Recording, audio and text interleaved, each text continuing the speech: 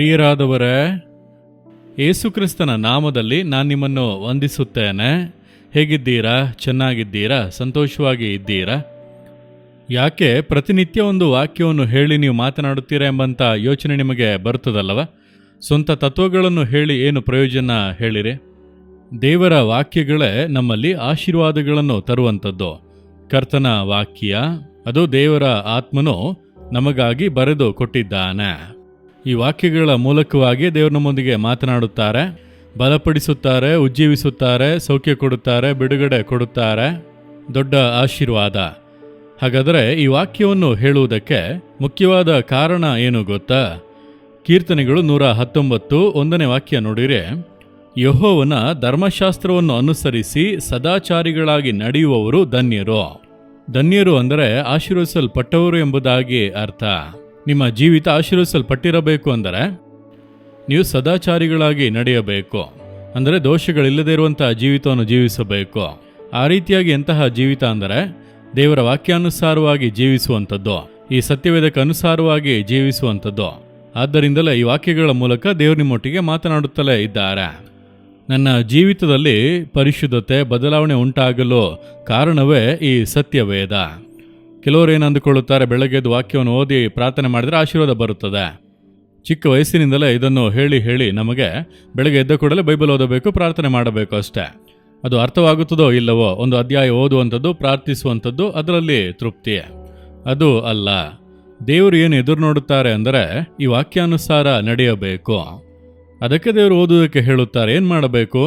ಪ್ರಾರ್ಥನೆಯೊಂದಿಗೆ ಇದನ್ನು ಓದಬೇಕು, ಅರ್ಥವನ್ನು ತಿಳಿದುಕೊಳ್ಳಬೇಕು, ವಾಕ್ಯಕ್ಕೆ ನಮ್ಮನ್ನು ಅರ್ಪಿಸಬೇಕು. ವಾಕ್ಯಾನುಸಾರ ಬಾಳುವುದಕ್ಕೆ ನಮ್ಮನ್ನು ಅರ್ಪಿಸುವಂಥದ್ದು. ದೇವರು ಈ ವಾಕ್ಯಗಳನ್ನು ನಮಗೆ ಬರೆದು ಕೊಟ್ಟದ್ದು ನಮಗೆ ಇಷ್ಟ ಬಂದಂತೆ ಜೀವಿಸುವುದಕ್ಕಾಗಿ ಅಲ್ಲ, ಅದರ ಅರ್ಥವನ್ನು ಅರಿತು ಅದರ ಪ್ರಕಾರ ಬಾಳುವುದಕ್ಕಾಗಿಯೇ ದೇವರು ಇದನ್ನು ನಮಗೆ ಕೊಟ್ಟಿದ್ದಾರೆ. ಆದ್ದರಿಂದಲೇ ಕರ್ತನ ಧರ್ಮಶಾಸ್ತ್ರವನ್ನು ಅನುಸರಿಸಿ ಸದಾಚಾರಿಗಳಾಗಿ ನಡೆಯುವವರು ಧನ್ಯರು, ಅವರೇ ಆಶೀರ್ವದಿಸಲ್ಪಟ್ಟವರು. ಹಾಗಾಗಿ ವಾಕ್ಯಗಳನ್ನು ಕೇಳುವವರಾಗಿ ಮಾತ್ರ ಅಲ್ಲ, ಅದರಂತೆ ನಡೆಯುವವರಾಗಿ ಇರಬೇಕೆಂಬುದಾಗಿ ದೇವರು ಹೇಳುತ್ತಾರೆ. ಹಾಗಾದರೆ ನಿಮ್ಮ ಬಳಿ ಸತ್ಯವೇದ ಇದೆಯಾ? ಇಲ್ಲ ಅಂದರೆ ಒಂದನ್ನು ಖರೀದಿಸಿ ಪ್ರತಿನಿತ್ಯ ಒಂದು ಅಧ್ಯಾಯವನ್ನು ಓದಿರಿ. ಅದರಲ್ಲಿ ಏನು ಹೇಳಲ್ಪಟ್ಟಿದೆ, ಕರ್ತನು ಏನನ್ನು ಹೇಳುತ್ತಾನೆಂಬುದಾಗಿ ನೋಡಿರಿ. ಅದರಂತೆ ಬಾಳಲು ನಿಮ್ಮನ್ನು ಅರ್ಪಿಸಿಕೊಳ್ಳಿ. ಆಗ ನಿಮ್ಮ ಜೀವಿತದಲ್ಲಿ ಎಲ್ಲೋ ಆಶೀರ್ವಾದವಾಗಿರುವುದನ್ನು ನೀವು ಕಾಣುವಿರಿ. ನಾನೇನು ಮಾಡುತ್ತೇನೆ? ಪ್ರಸಂಗಕ್ಕಾಗಿ ಸಿದ್ಧವಾಗಬೇಕು ಅಲ್ಲವಾ? ಪ್ರತಿನಿತ್ಯ ಪ್ರಸಂಗಗಳು, ಕೂಟಗಳು, ಅದಕ್ಕಾಗಿ ಪ್ರಾರ್ಥಿಸಿ ವಾಕ್ಯವನ್ನು ಕೇಳಿ ಸಿದ್ಧವಾಗುವುದು ಒಂದಿದೆ. ಆದರೆ ಇದೆಲ್ಲದಕ್ಕಿಂತಲೂ ಪ್ರತಿನಿತ್ಯ ಮುಂಜಾನೆ ಎದ್ದು ನನಗೋಸ್ಕರ ನಾನು ಸತ್ಯವೇದವನ್ನು ಓದುವೆ. ಪ್ರಸಂಗ ಮಾಡುವುದಕ್ಕೆ ಅಲ್ಲ. ಇಂದು ದೇವರು ನನ್ನೊಂದಿಗೆ ಮಾತನಾಡಬೇಕು, ನನಗೆ ಒಂದು ವಾಕ್ಯವನ್ನು ಕೊಡಬೇಕು. ಅದನ್ನು ತೆರೆದು ದೇವರ ವಾಕ್ಯಗಳಿಗಾಗಿ ವಂದನೆ ಹೇಳಿ, ದೇವರೇ ನೀವು ಏನೇ ಹೇಳಿದರೂ ಕೂಡ ನಾನು ವಿಧೇಯನಾಗುತ್ತೇನೆ, ನನ್ನನ್ನು ಅದಕ್ಕಾಗಿ ಒಪ್ಪಿಸಿಕೊಡುತ್ತೇನೆ ಎಂಬುದಾಗಿ ಪ್ರಾರ್ಥಿಸಿ ಓದಲು ಆರಂಭಿಸುವೆ. ಆಗ ದೇವರು ಯಾವ ವಾಕ್ಯದ ಮೂಲಕ ಮಾತನಾಡಲು ಬಯಸುತ್ತಾರೋ ಆ ವಾಕ್ಯವನ್ನು ಓದಿದ ಕೂಡಲೇ ಪವಿತ್ರಾತ್ಮನು ಮಾತನಾಡುವುದು ಹೃದಯದಲ್ಲಿ ತಿಳಿಯುತ್ತದೆ. ಸ್ಟಾಪ್. ಆಗ ವಾಕ್ಯವನ್ನು ಪುನಃ ಓದುವೆನೋ, ಆ ವಾಕ್ಯದ ಮೇಲೆ ಕೈ ಇಟ್ಟು ಧ್ಯಾನಿಸುವೆನೋ. ದೇವರೇ ಈ ವಾಕ್ಯದ ಮೂಲಕ ನನ್ನೊಂದಿಗೆ ಏನು ಮಾತನಾಡಲು ಬಯಸುತ್ತೀರಿ? ಆಗ ಪವಿತ್ರಾತ್ಮನು ಹೃದಯದಲ್ಲಿ ತಿಳಿಸುವನು, ನೀನು ಹೀಗೆ ಬಾಳಬೇಕು, ಹೀಗೆ ಮಾಡಬೇಕು ಎಂಬುದಾಗಿ. ಆಗ ವಾಕ್ಯಗಳಿಗೆ ಒಪ್ಪಿಸಿಕೊಟ್ಟು ನಾನು ಪ್ರಾರ್ಥನೆ ಮಾಡುವೆ. ಇದುವೇ ನನ್ನ ಜೀವಿತದಲ್ಲಿ ಇಷ್ಟು ದೊಡ್ಡ ಆಶೀರ್ವಾದಗಳಿಗೆ ಕಾರಣ. ಇದನ್ನೇ ನಾನು ನಿಮಗೆ ಹೇಳಿಕೊಡುತ್ತೇನೆ. ದಿನ ಮುಂಜಾನೆ ಎದ್ದ ಕೂಡಲೇ ದೇವರಿಗೆ ಸ್ತೋತ್ರ ಮಾಡಿರಿ, ಸ್ವಲ್ಪ ಹೊತ್ತು ಸ್ತುತಿಸಿರಿ, ನಂತರ ವಾಕ್ಯವನ್ನು ಧ್ಯಾನಿಸಿ ಅದರಂತೆ ಬಾಳಲು ನಿಮ್ಮನ್ನು ಅರ್ಪಿಸಿಕೊಳ್ಳಿರಿ.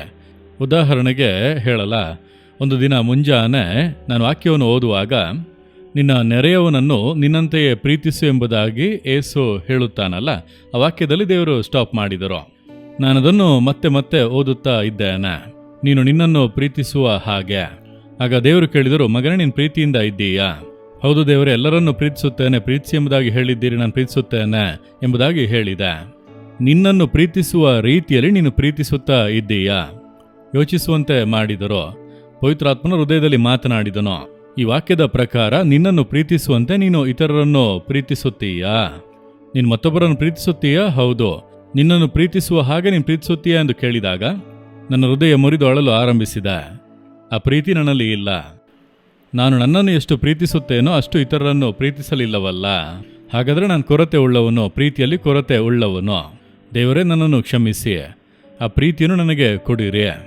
ಉದಾಹರಣೆಗೆ ಹೇಳಬೇಕಂದ್ರೆ ನಿಮಗೆ ಅರ್ಥವಾಗುವಂತೆ, ಏಸು ಬಿಡಿಸುತ್ತಾನೆ ಸೇವೆಗಳು ಕರ್ತನು ನನ್ನ ಕರೆಗಳಲ್ಲಿ ಕೊಟ್ಟಿರುವ ಸೇವೆಗಳು.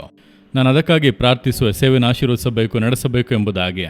ಎಲ್ಲ ಸೇವಕರುಗಳಿಗಾಗಿ ಪ್ರಾರ್ಥನೆ ಮಾಡುವೆ. ಎಲ್ಲ ಪಾಸ್ಟರ್ಸ್ಗಳು, ಮಿಷನರಿಗಳು, ಸೇವಕರು, ನನ್ನ ಹಾಗೆ ಸೇವೆ ಮಾಡುವಂಥ ಎಲ್ಲರಿಗಾಗಿ ಪ್ರಾರ್ಥನೆ ಮಾಡುವೆ. ಆಗ ದೇವರು ಕೇಳಿದರು, ನಾನು ನಿನ್ನ ಕೈಯಲ್ಲಿ ಕೊಟ್ಟಿರುವಂತೆ ಏಸು ಬಿಡಿಸುತ್ತಾನೆ ಸೇವೆಗಾಗಿ ನೀನು ಯಾವ ರೀತಿ ಪ್ರಾರ್ಥಿಸುತ್ತಾ ಇದ್ದೀಯೋ ಅದೇ ರೀತಿಯಾಗಿ ನೀನು ಮತ್ತೊಬ್ಬರ ಸೇವೆಗಾಗಿ ಪ್ರಾರ್ಥಿಸುತ್ತಾ ಇದ್ದೀಯಾ? ಅಲ್ಲಿಯೇ ಕೊರತೆ, ವ್ಯತ್ಯಾಸ ನಿಮಗೆ ತಿಳಿಯಿತಾ? ಅದನ್ನೇ ದೇವರು ಅರಿವಿಗೆ ತರುತ್ತಾ ಇದ್ದಾರೆ.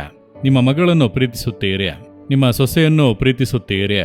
ನಿಮ್ಮ ಮಗಳನ್ನು ಪ್ರೀತಿಸುವಷ್ಟು ಮಟ್ಟಿಗೆ ನಿಮ್ಮ ಸೊಸೆಯನ್ನು ಪ್ರೀತಿಸುತ್ತೀರಾ? ಅದುವೇ ಯೇಸು ಹೇಳಿದಂಥ ಮಾತಿನ ಅರ್ಥ. ನಿಮ್ಮ ಅಮ್ಮನನ್ನು ಪ್ರೀತಿಸುತ್ತೀರಿ, ನಿಮ್ಮ ಅತ್ತೆಯನ್ನು ಅಮ್ಮ ಎಂದು ಕರೆಯುತ್ತೀರಿ. ನಿಮ್ಮ ಸ್ವಂತ ತಾಯಿಯನ್ನು ಎಷ್ಟು ಪ್ರೀತಿಸುತ್ತೀರೋ ಅಷ್ಟರ ಮಟ್ಟಿಗೆ ನಿಮ್ಮ ಅತ್ತೆಯನ್ನು ಪ್ರೀತಿಸುತ್ತಾ ಇದ್ದೀರಾ? ಇದನ್ನೇ ದೇವರು ಹೇಳುತ್ತಾರೆ. ಹಾಗಾದರೆ ನಿನ್ನಂತೆಯೇ ನಿನ್ನ ನೆರೆಯವನನ್ನು ಪ್ರೀತಿಸು ಎಂಬುದಾಗಿ ದೇವರು ಹೇಳುವಾಗ ಅರ್ಥವೇನು? ಅದನ್ನು ತಿಳಿಸಿಕೊಟ್ಟರು. ಅದರ ಕುರಿತಾಗಿ ಧ್ಯಾನಿಸುವಾಗ ಸ್ವಲ್ಪ ಹೊತ್ತು ದೇವರು ಮಾತನಾಡಿದ ಮೇಲೆ ಅದರ ಮೇಲೆ ನನಗೆ ಓದುವುದಕ್ಕೆ ಆಗಲಿಲ್ಲ ಅಷ್ಟೇ. ಅದನ್ನು ಇಟ್ಟು ನನ್ನ ಕಣ್ಣೀರು ಬೈಬಲ್ ಮೇಲೆ ಬೀಳುವಷ್ಟು ಮಟ್ಟಿಗೆ ದೇವರೇ ನನಗೆ ಆ ಪ್ರೀತಿ ಬೇಕು, ಆ ಪ್ರೀತಿ ನನಗೆ ಕೊಡಿರಿ ದೇವರೇ ಎಂಬುದಾಗಿ ಹೇಳಿ ನನ್ನನ್ನು ಒಪ್ಪಿಸಿಕೊಟ್ಟು ಪ್ರಾರ್ಥಿಸಿದಾಗ ಬಹಳ ಸಂತೋಷ. ಇದುವೇ ಸತ್ಯವೇದವನ್ನು ಧ್ಯಾನಿಸುವಂಥದ್ದು. ಆದ್ದರಿಂದಲೇ ಕರ್ತನ ವಾಕ್ಯಾನುಸಾರವಾಗಿ ನಡೆಯಲು ನಮ್ಮನ್ನು ಒಪ್ಪಿಸಿ ಕೊಡಬೇಕು. ಆದ್ದರಿಂದ ನಾನೀಗ ಯಾರಿಗಾಗಿ ಪ್ರಾರ್ಥನೆ ಮಾಡಿದರೂ ದೇವರೇ ಅವರನ್ನು ಆಶೀರ್ವದಿಸಿ ಎಂಬುದಾಗಿ ಪ್ರಾರ್ಥಿಸುವುದಿಲ್ಲ. ನಿಜವಾದ ಭಾರದಿಂದ, ಆ ಒಂದು ಪ್ರೀತಿಯಿಂದ ಅವರು ಆಶೀರ್ವದಿಸಲ್ಪಡಬೇಕು, ಆ ಸೇವೆ ಆಶೀರ್ವದಿಸಲ್ಪಡಬೇಕು, ಆ ಸೇವಕರು ಆಶೀರ್ವದಿಸಲ್ಪಡಬೇಕು. ಆ ಒಂದು ಪ್ರೀತಿಯಿಂದ ನಮ್ಮ ಸೇವೆಗಾಗಿ ಪ್ರಾರ್ಥಿಸುವಂತೆಯೇ ಪ್ರಾರ್ಥಿಸುವುದು. ಅದನ್ನೇ ಯೇಸು ಎದುರು ನೋಡುವಂಥದ್ದು. ಈ ವಾಕ್ಯಕ್ಕೆ ಅರ್ಥ ಅದುವೇ. ಈ ರೀತಿಯಾಗಿ ವಾಕ್ಯಗಳನ್ನು ಧ್ಯಾನಿಸಿ ನೀವು ಪ್ರಾರ್ಥನೆ ಮಾಡಿದರೆ ನಿಮ್ಮ ಲೈಫ್ ಚೇಂಜ್ ಆಗುವುದು, ಫಲಭರಿತ ಜೀವಿತವಾಗುವುದು. ನಿಮ್ಮ ಲೈಫನ್ನು ನೋಡಿ ದೇವರು ಸಂತೋಷ ಪಡುವರು, ನಿಮ್ಮನ್ನು ಆಶೀರ್ವದಿಸಿ ದೇವರು ಘನಪಡಿಸುವರು ಎಂದು ಹೇಳುವಿರಾ? ದೇವರೇ, ನಿಮ್ಮ ಸತ್ಯವೇದವನ್ನು ಧ್ಯಾನಿಸುವುದಕ್ಕೆ ನನ್ನನ್ನು ಒಪ್ಪಿಸಿ ಕೊಡುತ್ತೇನೆ. ನಾನು ಸುಮ್ಮನೆ ಹಾಗೆ ಓದಿ ಹೋಗಬಾರದು. ವಾಕ್ಯಗಳನ್ನು ಧ್ಯಾನಿಸಬೇಕು, ಅದರಂತೆ ನಡೆಯಬೇಕು, ಅದರಂತೆ ಜೀವಿಸಬೇಕು. ಅದಕ್ಕೆ ನನಗೆ ಕೃಪೆ ಕೊಡಿ, ಕೃಪೆ ಕೊಡಿ. ಯೇಸು ಕ್ರಿಸ್ತನ ನಾಮದಲ್ಲಿ ಪ್ರಾರ್ಥಿಸುತ್ತೇನೆ. Amen, amen. Jesus redeem Kannada YouTube channel ಅನ್ನು ಸಬ್ಸ್ಕ್ರೈಬ್ ಮಾಡಿ. ಸಬ್ಸ್ಕ್ರೈಬ್ ಬಟನ್ ಕ್ಲಿಕ್ ಮಾಡಿ ಮತ್ತು ಬೆಲ್ ಬಟನ್ ಒತ್ತಿ. ಅನುದಿನ ಕಾರ್ಯಕ್ರಮದ ಮಾಹಿತಿ ಪಡೆಯಿರಿ.